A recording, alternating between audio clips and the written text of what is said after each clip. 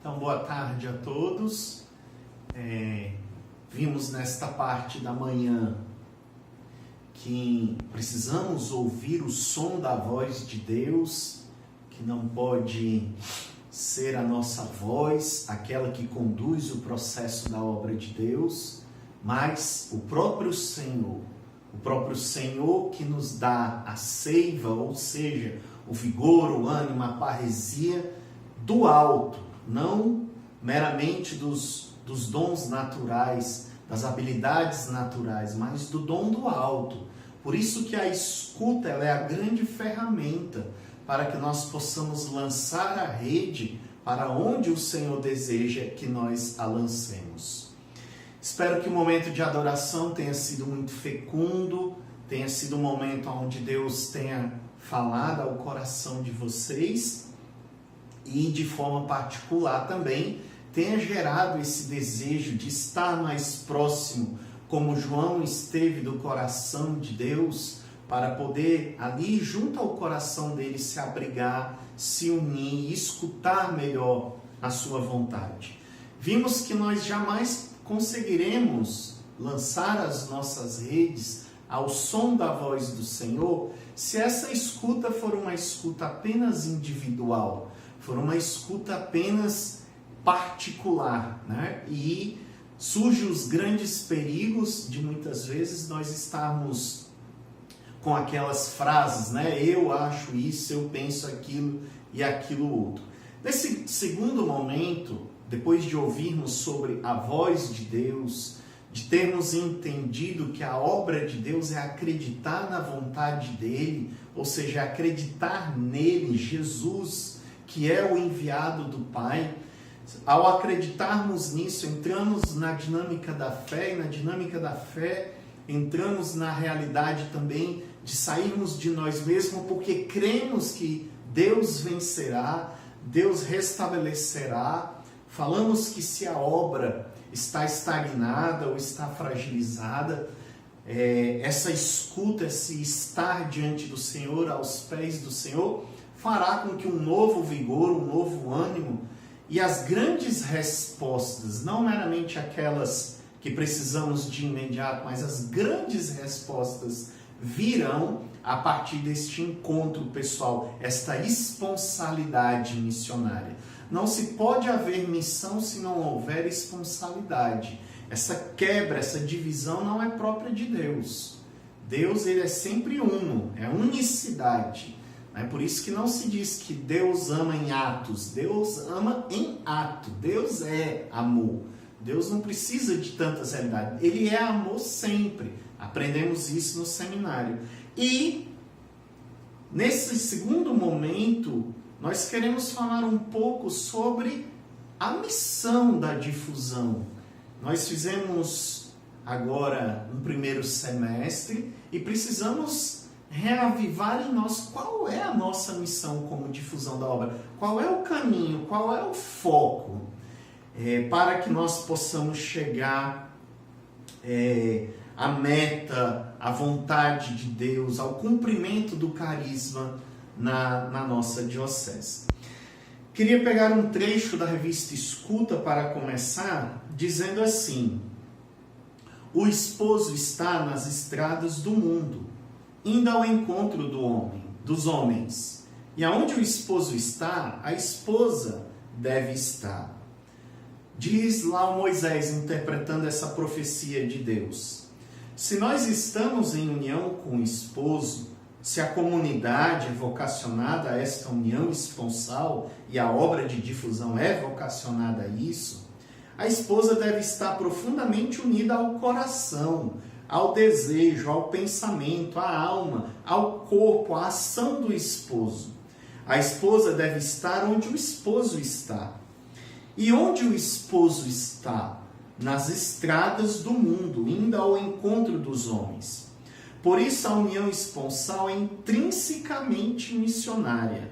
Se queremos estar unidos ao esposo, pensando com o coração do esposo, tendo os sentimentos, os pensamentos de Cristo e o agir de Cristo, nós devemos estar com ele nas estradas do mundo, indo ao encontro dos homens.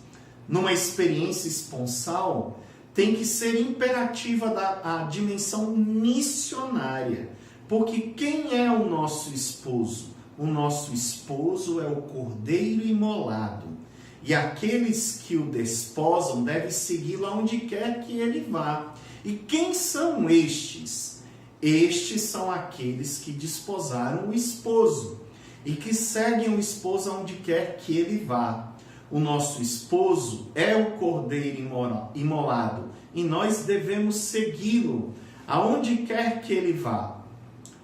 Então, onde houver alguém, prestem bem atenção nisso, no meio da estrada, padecendo desconhecimento da misericórdia do cordeiro imolado, ou sofrendo as consequências desta miséria espiritual, desta miséria moral e desta miséria material, onde houver alguém no meio da estrada, padecendo pela ausência da misericórdia, aí está o esposo, e aí deve estar a esposa, ou seja, nós, a comunidade, a obra, devemos estar junto com ele.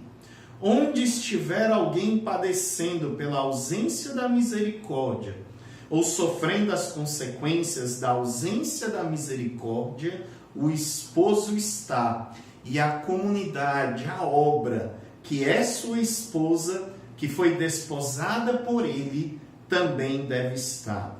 Portanto, prestem bem atenção aqui, diante de todos os sofrimentos que nós passamos, sonhos, desejos, aspirações, vontades, essa dinâmica que estamos vivendo de forma pessoal e comunitária na obra. Portanto, o amor e a dor unem o esposo e a esposa. O amor esponsal e a dor que o esposo sente nele mesmo, que é a dor da ovelha perdida, que é a dor do pecado ferido, que é a dor do mundo que geme, sofre e espera a manifestação dos filhos de Deus. Este amor e esta dor que estão presentes no coração do esposo é o que o une às almas esposas. O amor e a dor unem o esposo e a esposa. Não é assim na realização do sacramento do matrimônio? Na alegria e na tristeza, na saúde e na doença, na alegria e na dor. Isso é o que une, isso é o que faz o amor. E o coração do esposo está inflamado de amor e de dor pelos que sofrem longe do redil. Então, também o nosso coração esponsal deve estar da mesma forma, ferido de amor e de dor por todos aqueles que estão sofrendo longe do seu redil. E é assim o coração de Deus. Está continuamente esquecendo-se de si para se dar ao outro, no caso, aos outros que somos nós. Queridos irmãos, a difusão do carisma que está sendo implantada, consolidada na sua cidade, ela depende de você, ela depende de nós. Ninguém está excluído dessa vontade de Deus.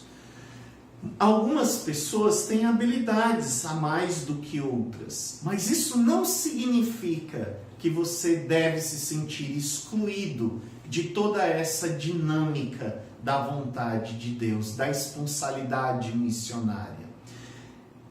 A alegria e a dor do coração do esposo deve ser a minha alegria e a minha dor. Em outra revista, em outra escuta do Conselho Geral, Deus interpelava os membros do conselho dizendo assim: vocês não conhecem a dor do mundo, mas eu conheço. Vocês não conhecem a dor dos jovens, mas eu conheço. Vocês não conhecem a dor das famílias, mas eu conheço. Vocês não conhecem quantas dores existem na humanidade, na sociedade, mas eu conheço. Se o esposo conhece essas dores, é porque o esposo sofre o amor dentro de si.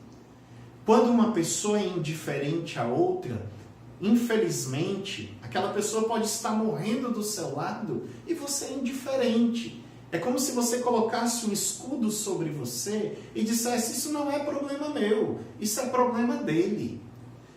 E o esposo não nos deseja assim.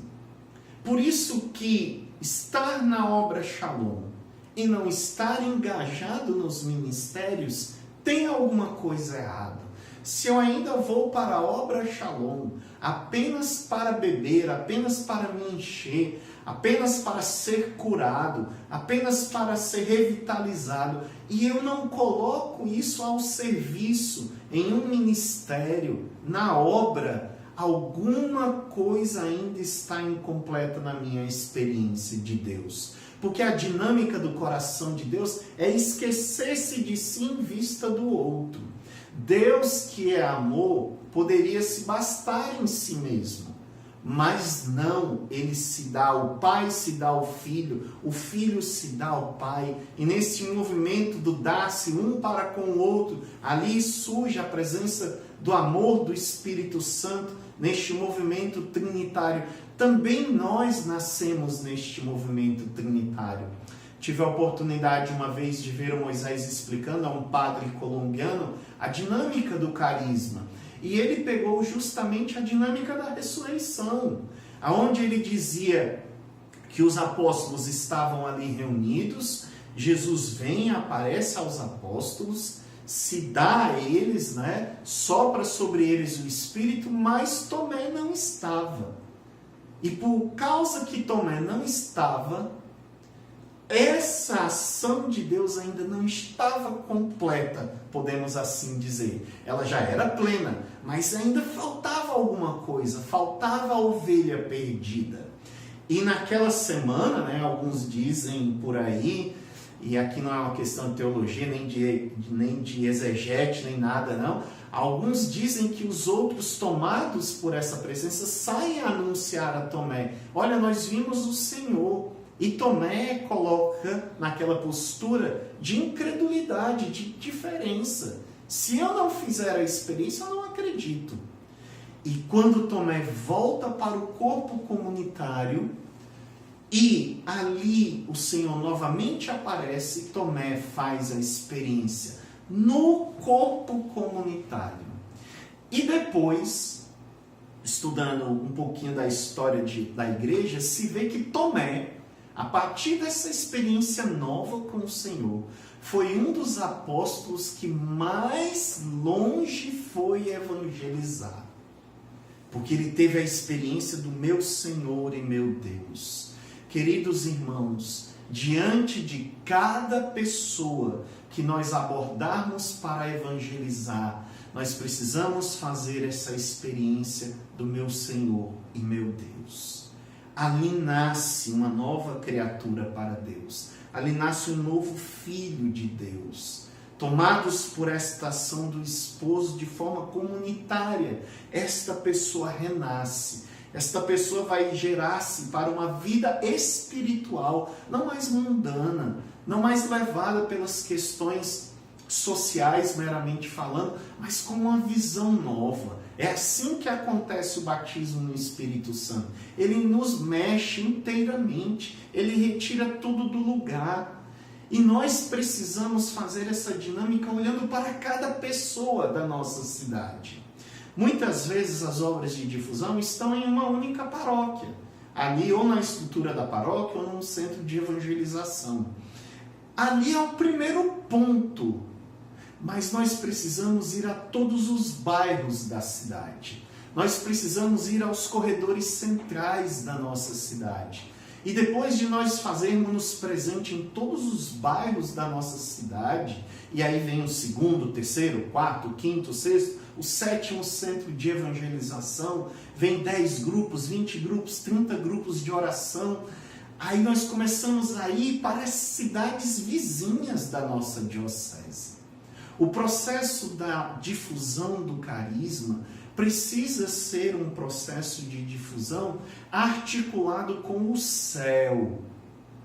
Deus abre o céu para nos alcançar a todos, a toda a humanidade. Nós não podemos, como obra de difusão, nos abrirmos apenas àquela região da nossa paróquia. Por isso que é importante a sua presença lá no grupo de oração, lá no pastoreio, lá no ministério de evangelização, lá na lanchonete, lá na faxina, lá na liturgia, lá na música, lá na pregação, lá no conselho da obra, para aqueles que já têm irmãos da comunidade Aliança como membros da comunidade, indo para a célula, devolvendo a comunhão de bens. Nós precisamos nos engajar neste caminho de estarmos nas estradas junto com o Senhor. Se aqueles homens do Evangelho procuraram Jesus para se saciar de pão, nós deveríamos estar procurando Jesus para saciá-lo de outras pessoas da humanidade. A mesma frase que Deus deu à Madre Teresa de Calcutá, tenho sede. E ela entendeu aquela frase, tenho sede, como um apelo de Deus para evangelizar. Quantas picuinhas nos fazem perder tempo? Quanto disse-me disse? Quanta fofoca? Quanta competição? Ah, porque o fulano não escutou, o Beltrano. Estamos perdendo tempo. A humanidade está sofrendo. Estamos vendo em nosso país, em alguns outros países, uma briga constante pela legalização do aborto. Imaginem matar os inocentes já na barriga, sem direito de defesa.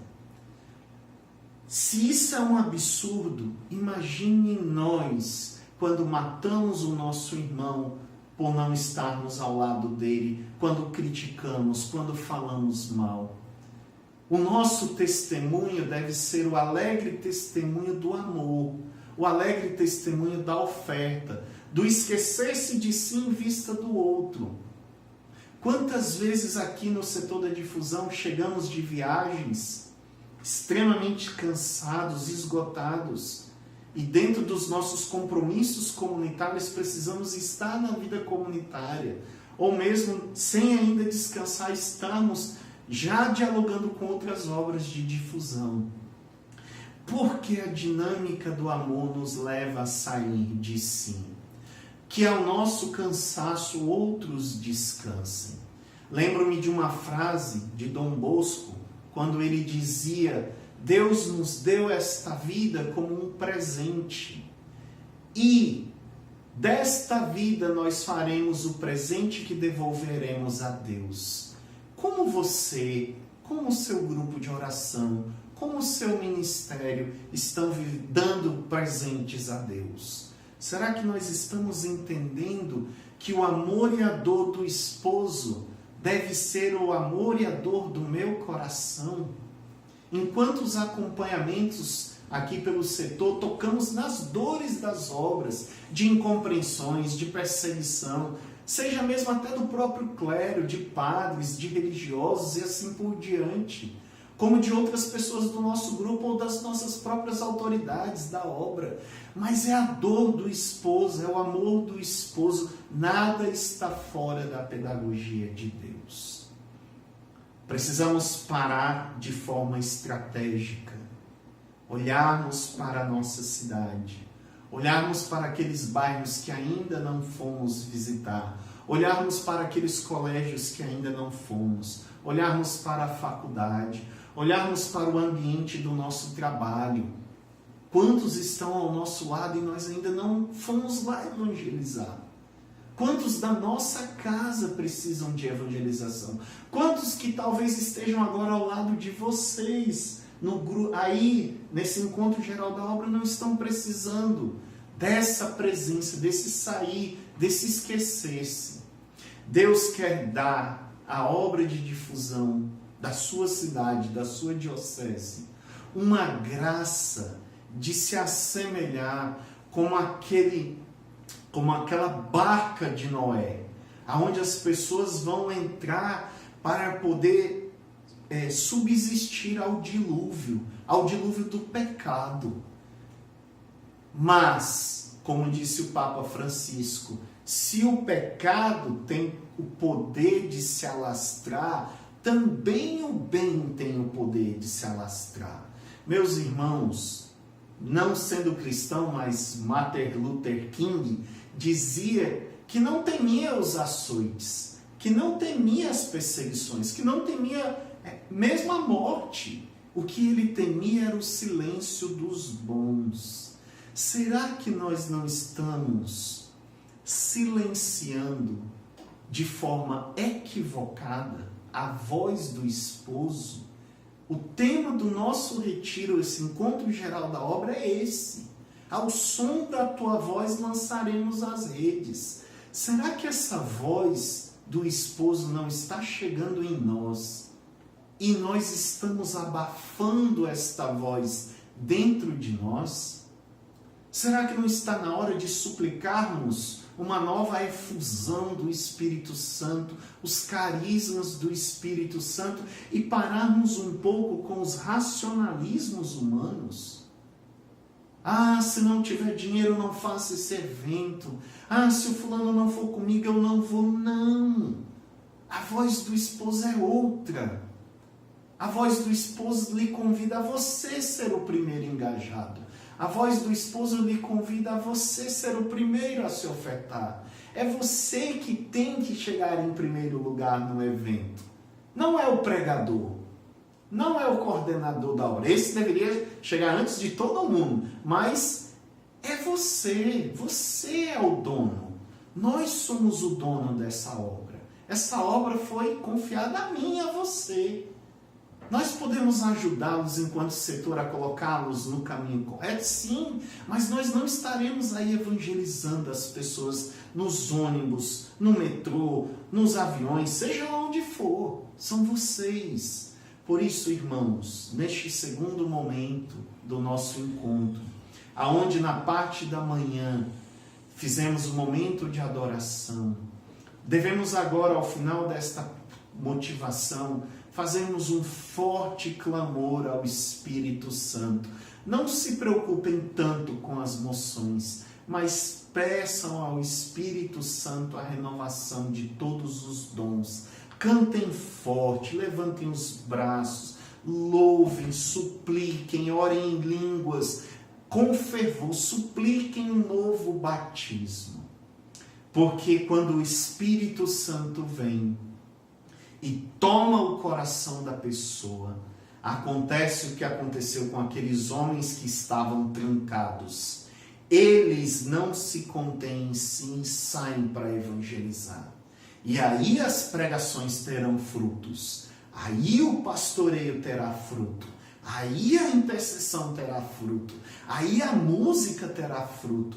Aí a coordenação da obra terá fruto. Porque ela não será mais minha, não terá mais meu rosto, não terá mais as minhas vontades, mas a de Deus. Deus vive e reina. Deus vive e reina. E essa frase não foi dita por qualquer pessoa, foi dita por um faraó pagão. Quando José realiza todas aquelas ações de Deus, o faraó chega para José do Egito e diz: ele é a minha segunda pessoa, porque Deus vive e reina. Meus queridos, se um pagão é capaz de reconhecer os feitos de Deus e dizer que ele vive e reina, quanto mais nós que fomos tomados pelo fogo do amor de Deus, pelo fogo do Espírito Santo. Que este fogo, nesta oração, possa purificar, possa fazer com que aqueles pecados, os mais variados, e nós sabemos o de cada um, né? Você sabe o seu, eu sei os meus, nós precisamos pedir que o Espírito Santo venha e queime na fornalha do amor. Pare esta sangria. Às vezes perdemos a nossa vitalidade porque nos deixamos ferir pelo pecado e o pecado vai tirando a vitalidade. Quantas pessoas sem se confessar, quantas pessoas sem irem à missa, sem comungar, sem fazer momentos de adoração, sem estar ali fielmente no estudo bíblico. Basta, dizia Santo Agostinho, em um determinado momento da sua vida, onde ele estava com Deus e com o mundo, com Deus e com o mundo, com Deus e com o mundo, Agostinho se ajoelha e grita aos céus: basta, Senhor, basta desta vida medíocre, basta! Está na hora, meus irmãos, de olharmos para as dores da humanidade como Deus olha para as nossas dores. Não é olhar para as dores da humanidade como eu olho, mas como Deus olha as minhas. E como Deus olha as minhas dores? Com misericórdia, com paciência, com perseverança, com amor. Vamos precisar nos reestruturarmos para podermos evangelizar mais, para podermos nos dar mais. Mas a primeira reestruturação acontece no nosso interior. Por isso, neste momento em que vamos encerrando essa segunda palestra, clamem como corpo comunitário este novo batismo no Espírito Santo. Façam uma grande intercessão pela sua cidade, pela sua paróquia, pelo padre, pelo bispo, pelos aqueles que já passaram pela obra Shalom e não estão mais. Eles são nossa responsabilidade. Deus nos confiou um carisma que não se retém em si mesmo, mas quer ir além. Suplicando este Espírito Santo, devemos nos deixar tomar por este fogo para evangelizarmos os jovens, e com os jovens as famílias, e com as famílias os pobres, e com os pobres os construtores da sociedade, todos aqueles que são merecedores da misericórdia de Deus. Por isso, ao final do momento de oração, de clamor ao Espírito Santo, o coordenador da obra irá apresentar os números da nossa cidade. Apresentará também os números da nossa obra, quantos grupos de oração, que serviços tem, que ministérios tem. Apresentará qual é a meta, quais são os eventos que teremos que fazer. E ali, olhando aquilo ali, peça a Jesus que você olhe como Ele olha para a humanidade. Senhor, aonde eu devo me engajar? O que foi que eu ainda não fiz? Quantas graças Tu me destes? Me leva a este caminho, me leva a essas estradas, pelo amor e pela dor. Se eu estou sofrendo, pelo amor e pela dor. Se eu estou chorando, pelo amor e pela dor. Mas me leve a este caminho, não me deixe de fora. Não me deixe de fora. E assim, irmãos, nós faremos aquilo que o plano evangelizador nos dá como mentalidade. Nós faremos uma evangelização pessoa a pessoa e provocaremos um efeito multiplicador através dessa evangelização comunitária. Hoje, Deus nos para como obra para ouvirmos a sua voz. Ouvirmos para podermos lançar as nossas redes. Ânimo, coragem, ousadia, evangelização, parresia, intrepidez. Clamem a Deus os dons do alto, e eu garanto a vocês que deste encontro geral da obra para frente, a sua obra, a sua vida, a sua cidade não mais será a mesma, porque Deus vive e reina para sempre. Amém. Que o Senhor possa abençoar este final de encontro, que o Senhor possa dar a vocês este novo ânimo, este novo Pentecostes de amor, para que nós possamos juntos, compactados, integrados, possamos evangelizar mais e mais e assim alcançarmos o coração da humanidade. Por isso, pedindo a intercessão de Nossa Senhora, Rainha da Paz, a estrela da nova evangelização, juntos rezamos. Ave Maria, cheia de graça, o Senhor é convosco. Bendita sois vós entre as mulheres, e bendito é o fruto do vosso ventre, Jesus. Santa Maria, Mãe de Deus, rogai por nós, pecadores, agora e na hora de nossa morte. Amém. Shalom, que Deus os abençoe, foi uma grande alegria. A paz.